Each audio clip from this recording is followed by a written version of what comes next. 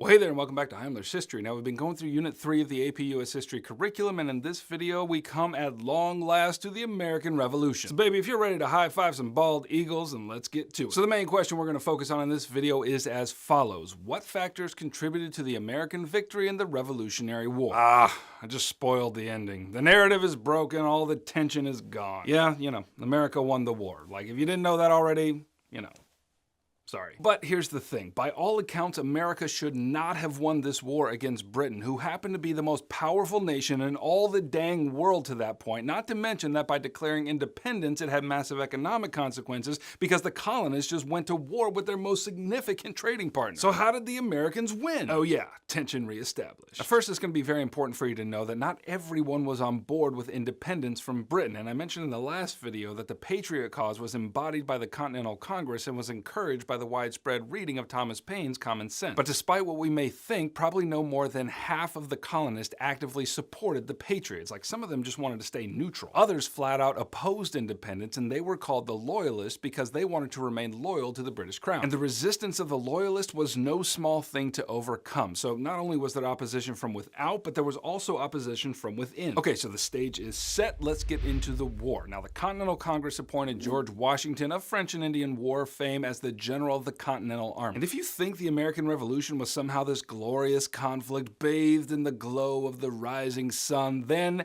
you're wrong. It was rough. Like, for the first 6 months, the Continental Army did not win a single conflict. Partly it was because the soldiers were poorly armed and poorly trained, and in some cases coerced into service by local authorities. And not only that, you've got to get out of your mind the current manifestation of the U.S. Army, which is a national organization that acts on behalf of us all. That's not how it was. People were very much regionally minded back then. So like in 1776, when Washington tried to lead his army out of Boston to engage in a battle in New York, they were like, "George, we're from Boston. We ain't going to New York." It's a terrible accent.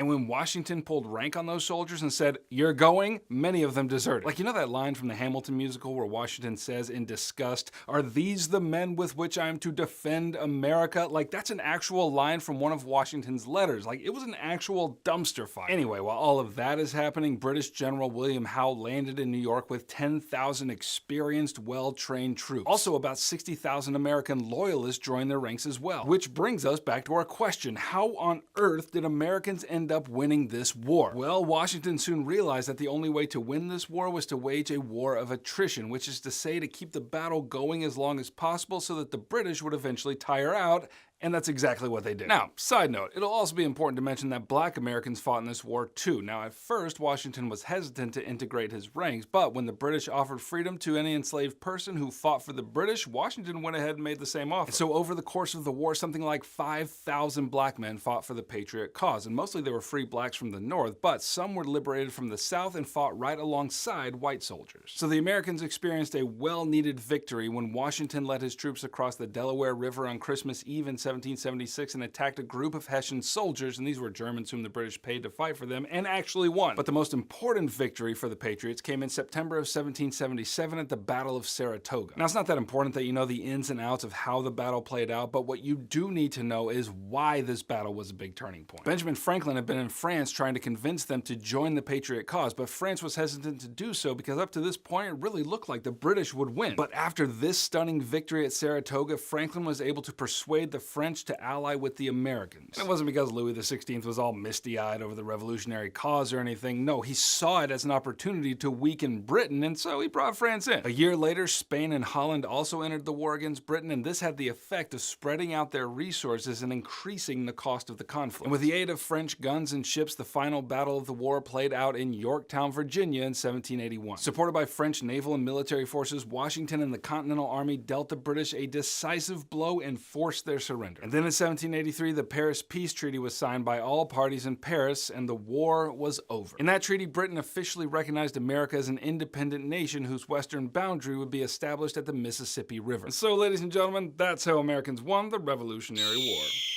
Well, all right, that's what you need to know about Unit 3, Topic 5 of the AP US History curriculum. Now, if you want to join the Patriot cause here at Heimler's History to support my work while simultaneously getting a resource that will help you get an A in your class and a 5 on your exam in May, then you can click right here and grab a review packet. And hey, if you want me to keep making these videos for you, then go ahead and let me know by subscribing. Heimler out.